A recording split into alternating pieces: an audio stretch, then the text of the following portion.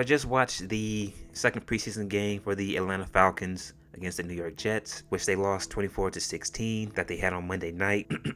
Marcus Mariota played the first quarter much like he did in Detroit in week 1 of the preseason, and I thought he looked pretty good. He had a nice completion up the sideline to Kyle Pitts, who ran a little in and out route. You can definitely see the talent with Kyle Pitts, and I hope that he takes that next step this season. He had a few other nice completions, and that's really what I'm more concerned with, is his throwing ability. He had some easy completions, and so did Ritter in the first half. Wide open receivers, especially for Marcus. He had a beautiful 13-yard pass, touchdown pass to Olamide Zaccheaus. So Marcus Mariota had only 10 passing attempts, 6 completions. He threw for 132 yards, had 1 touchdown, no turnovers. So this week he did some more damage with his arm. That's what I'm more concerned with. He pushed the ball down the field. That was my biggest issue with him when he was in Tennessee.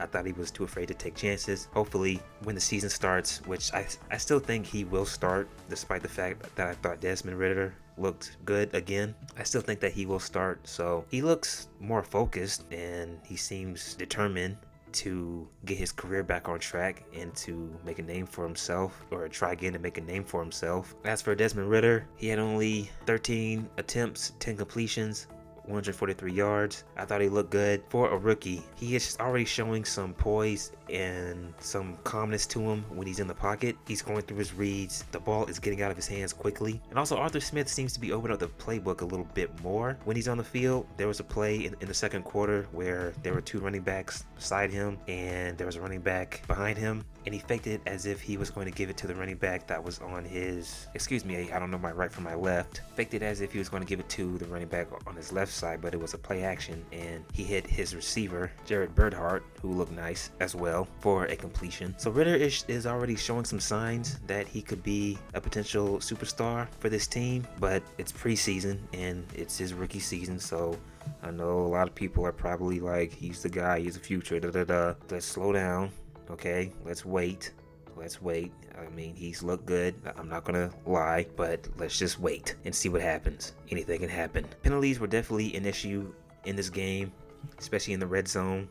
It seems like Arthur Smith is utilizing the play action and the running attack like I thought he would, and I think that'll be his game plan going forward, going into this season. And look for him to use some trickery as well. I think he'll sprinkle that in to his game plan as well. So all in all, offensively, I thought they looked pretty solid. Felipe Franks didn't look too good. Only 6 attempts, 2 completions for 8 yards. He was sacked twice. He fumbled the ball that was taken back for a touchdown. Defensively, in the second half, I thought the secondary looked pretty solid. Not much of a pass rush. Not too much of a pass rush, but it was still a solid performance from the defense. But that's all I have for the preseason game of week 2 against the Jets. I mean, it's preseason. I don't really take these games too seriously. I went on social media. I went on Twitter and found some comments, and I thought they were ridiculous. So I figured, why not read them and react to them and add something more to this short analysis video. Another Falcons choke? Question mark. What a surprise. Skull emoji. Y'all getting destroyed week 9. 3 lightning bolts. So this is from some douchebag Chargers fan. I like the Chargers myself. I've always been a fan of the Chargers, but let's be real here. The Chargers are in the same boat as Atlanta when it comes to not winning anything. So why don't you eat a dick and then eat a lightning bolt, you jerk off? Another blown lead, yeah, in a preseason game. Falcons fans pressed over a preseason game. Y'all gotta be better. I kinda agree with this guy. Cut Felipe Franks. Interesting. Frauds.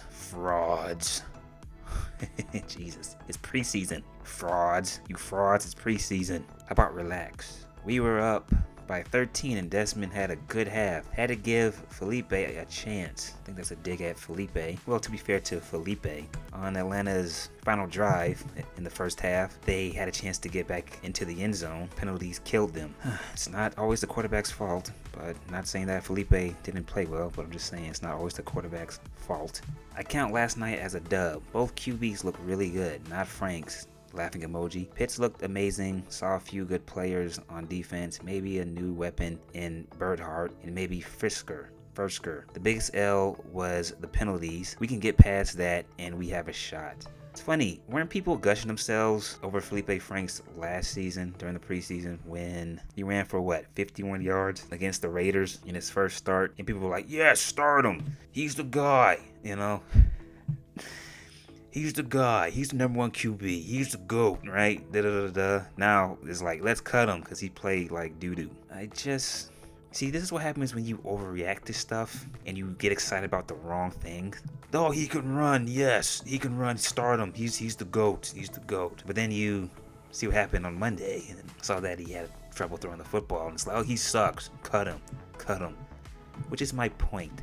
To be a good quarterback, you have to be able to throw the football. Running's cool and all. Yes, it's a nice cherry on top, but you have to be able to throw the football. Franks, you got to give the receiver a chance. The ball going well out of reach. Middle of the field asking for you to run in the red zone. If it is not there, one more game to go out with a bang and press somebody. I did a video during the offseason that he was probably doing reps at tight end. He probably was. He looked bigger. He looked a lot bigger. So I would say cut the man some slack because it seems like he was preparing himself for a tight end, which I wouldn't be against it. I mean, it's not unusual for athletic quarterbacks to transition over to wide receiver. Brilliant. My 65-inch flat screen is destroyed. My wife left and my children are crying and vomiting all because of this dumpster fire team. 24 unanswered points.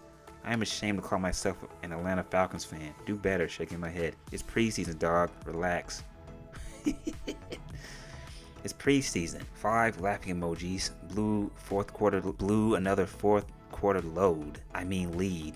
At least he caught it. Enjoy that 3-14 record this season. Okay, this must be. I hope you're not a Jets fan, sir. If not, you're probably some punk ass Saints fan. If not, you're probably some punk ass spoiled New England Patriot fan. But you know what? I can't really get too mad at this one because I predict Atlanta to have 5 wins this season. So blew another fourth quarter load. You could have at least taken out the load and just replaced it with lead. And before I get out of here, I'm going to announce some of the cuts that Atlanta did Tuesday, in case no one knew about it. The Falcons made a series of roster moves on Tuesday afternoon to meet the 80-man roster limit now mandated by the NFL this week. Receivers Auden Tate, Geronimo Allison, that's such a cool name. You can't cut a guy who's named Geronimo. Lafayette Pitts and outside linebacker Kuyong Dang were cut. The team announced and defensive lineman Jalen Dalton was waived with an injury. So there you have it, the week 2 of preseason analysis, some roster move, some roster cut information, and some Twitter comment reaction. Please like and subscribe, hit the notification bell for when I drop a new video.